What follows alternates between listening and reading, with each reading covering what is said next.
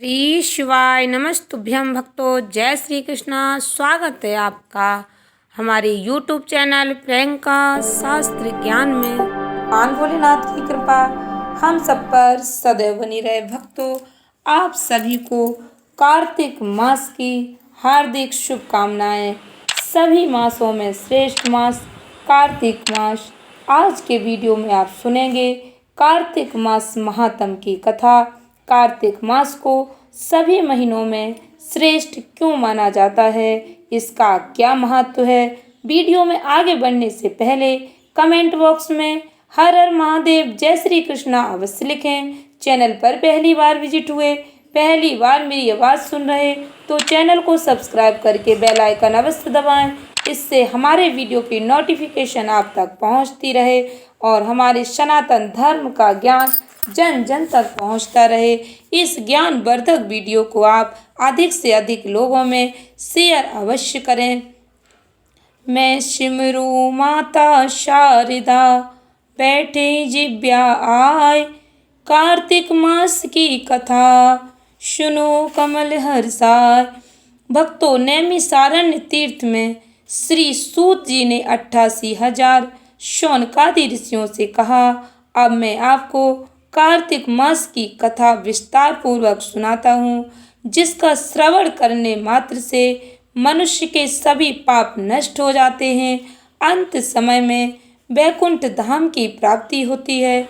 सूत जी ने कहा, श्री कृष्ण जी से अनुमति लेकर देवर्षि नारद जी के चले जाने के बाद सत्यभामा प्रसन्न होकर भगवान श्री कृष्ण से बोली, हे प्रभु, मैं धन्य हुई, मेरा जन्म सफल हुआ।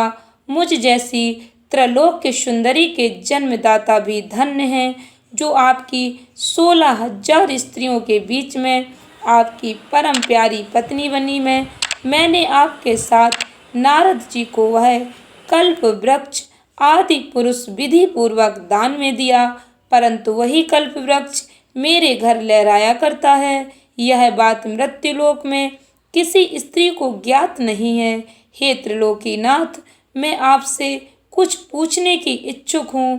आप मुझे कृपया करके कार्तिक महात्म की कथा विस्तार पूर्वक सुनाइए, जिसको सुनकर मेरा हित हो और जिसके करने से कल्प पर्यंत भी आप मुझसे विमुख न हो। सूत जी आगे बोले, सत्यभामा के ऐसे वचन सुनकर भगवान श्री कृष्ण ने हंसते हुए सत्यभामा का हाथ पकड़ा और अपने सेवकों को वहीं रुकने के लिए कहकर विलास युक्त अपनी पत्नी को कल्प वृक्ष के नीचे ले गए।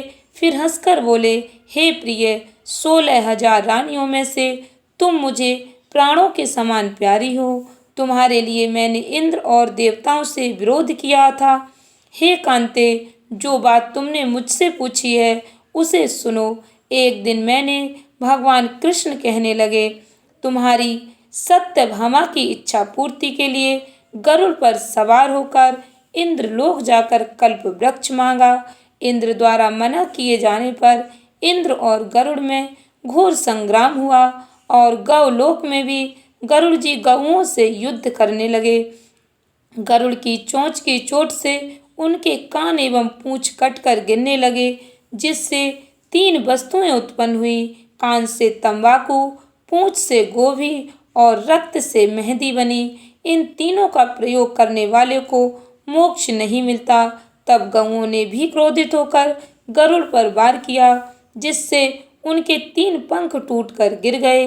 इनके पहले पंख से नीलकंठ, दूसरे से मोर और तीसरे से चकवा चकवी उत्पन्न हुए। हे प्रिय, इन तीनों का दर्शन करने मात्र से ही शुभ फल प्राप्त हो जाता है। यह सुनकर सत्यभामा ने कहा, हे प्रभु, कृपया मुझे मेरे पूर्व जन्मों के विषय में बताइए कि मैंने पूर्व जन्म में कौन कौन से दान, व्रत, जप नहीं किए हैं। मेरा स्वभाव कैसा था, मेरे जन्मदाता कौन थे और मुझे मृत्यु लोक में जन्म क्यों लेना पड़ा। मैंने ऐसा कौन सा पुण्य कर्म किया था जिससे मैं आपकी अर्धांगिनी हुई। भगवान श्री कृष्ण कहने लगे, हे प्रिय, अब मैं तुम्हारे द्वारा पूर्व जन्म में किए गए पुण्य कर्मों का विस्तार पूर्वक कहता हूँ, उसे सुनो। पूर्व समय में सतयुग के अंत में मायापुरी में अत्रि गोत्र में वेद वेदांत का ज्ञाता देव शर्मा नामक एक ब्राह्मण निवास करता था। वह प्रतिदिन अतिथियों की सेवा, हवन और सूर्य भगवान का पूजन किया करता था। वह सूर्य के समान तेजस्वी था। वृद्धावस्था में उसे गुणवती नामक कन्या की प्राप्ति हुई। उस पुत्रहीन ब्राह्मण ने अपनी कन्या का विवाह अपने ही चंद्र नामक शिष्य के साथ कर दिया। वह चंद्र को अपने पुत्र के समान मानता था और चंद्र भी उसे अपने पिता की भांति सम्मान देता था। एक दिन वे दोनों कुश व समिधा लेने के लिए जंगल में गए। जब वे हिमालय की तलहटी में भ्रमण कर रहे थे, तब उन्हें एक राक्षस आता हुआ दिखाई दिया। उस राक्षस को देखकर भय के कारण उनके अंग शिथिल हो गए और वे वहां से भागने में भी असमर्थ हो गए।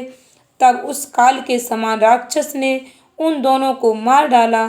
चूंकि वे धर्मात्मा थे, इसलिए मेरे पार्षद उन्हें मेरे बैकुंठ धाम में मेरे पास ले आए। उन दोनों द्वारा आजीवन सूर्य भगवान की पूजा किए जाने के कारण मैं दोनों पर अति प्रसन्न हुआ। गणेश जी, शिव जी, सूर्य व देवी, इन सबकी पूजा करने वाले मनुष्य को स्वर्ग की प्राप्ति होती है। मैं एक होता हुआ भी काल और कर्मों के भेद से 5 प्रकार का होता हूँ। जैसे एक देवदत्त, पिता, भ्राता आदि नामों से पुकारा जाता है।